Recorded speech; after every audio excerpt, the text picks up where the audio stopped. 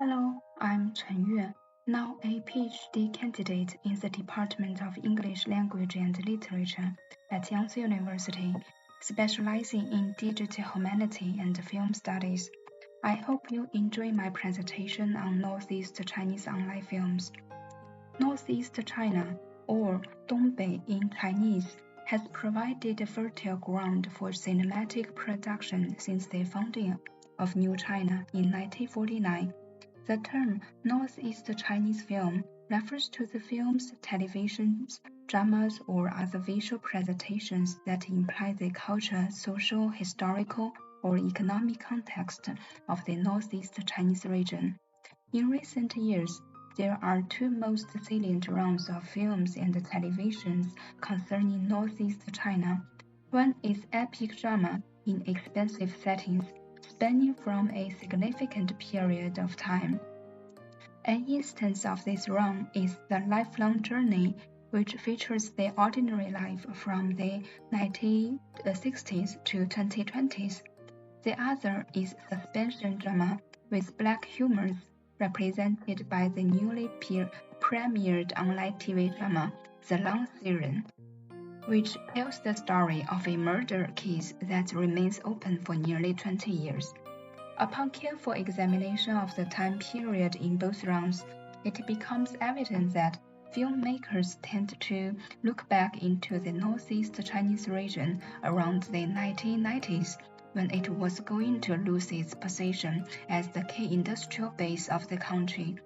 Although the hero of the long season repeats, "Move on, don't look back," contemporary audiences seem to be obsessed with the nostalgic storytelling cinematography of these films and praise them highly.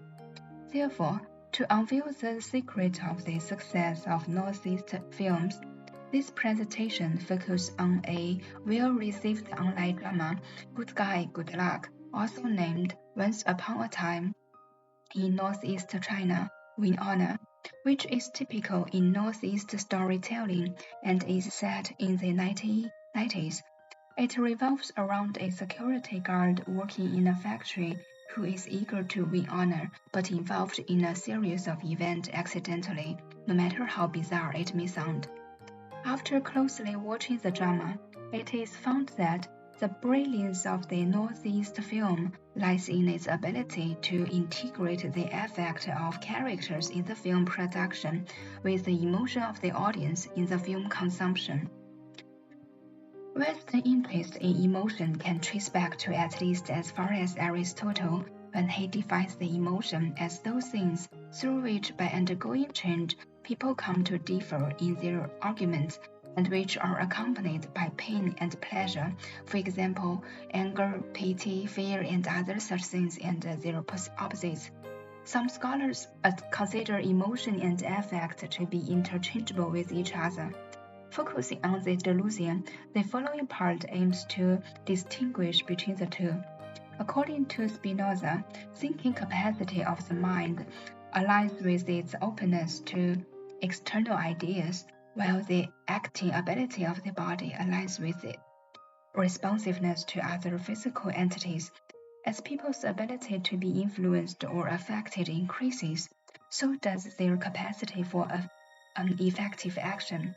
It is an energy following between the inner mind and the outside world, by which people take actions or make influence to the outside world based on their affective intensity.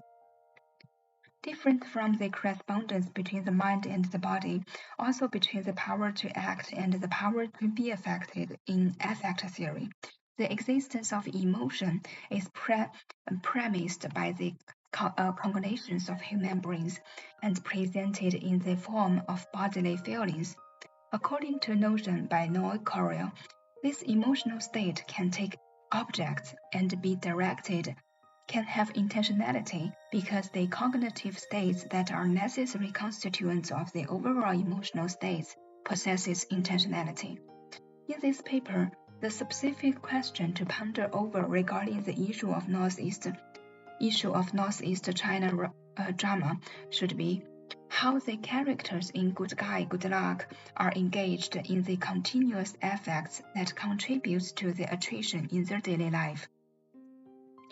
Northeast China, as the largest old industrial base, gradually lost its leading position since the reform and opening up in 1970s to 1980s, which shifted the development focus from inner industrial base to southeast coastal area.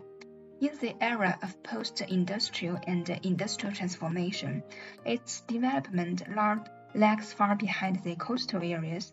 As a result, laid-off and unemployment were very pervasive across the whole Northeast region, inducing people's sense of insecurity and impasse of daily life.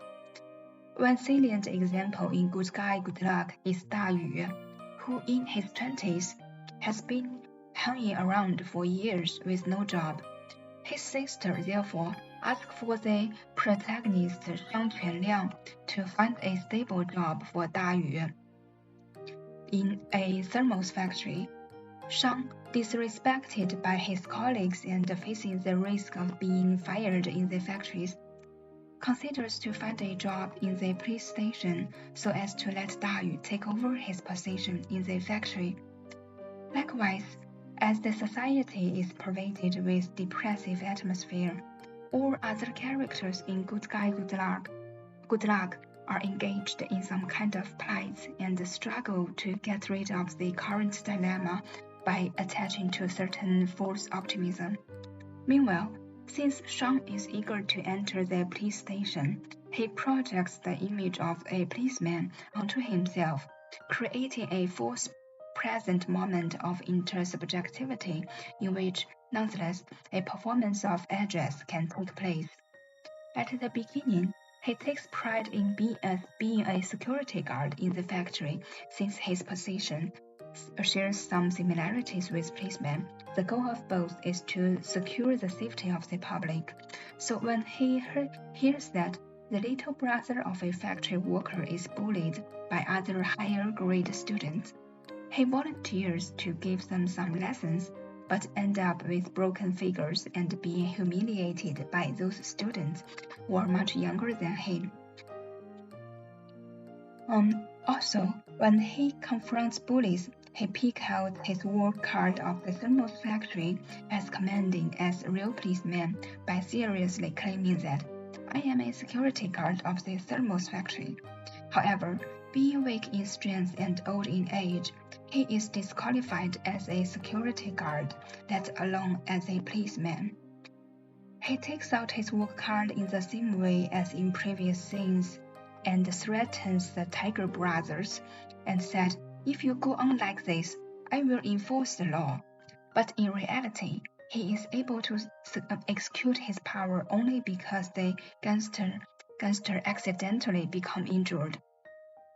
And furthermore, when he is juxtaposed with his nephew Hu Ting, who is a real policeman, when they juxtaposed with each other in the rear view mirror of the policeman, of the police motorcycle, though Shang is well dressed and equipped like a real policeman, while his nephew is dressed casually, their identities is clearly implied in the cinematic configuration. Shang's identity as a costumed policeman is unreal and imaginary. This is the final of the third part of my research.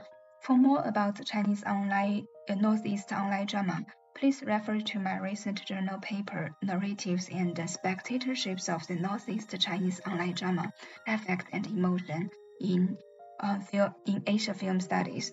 And that's all. Thank you.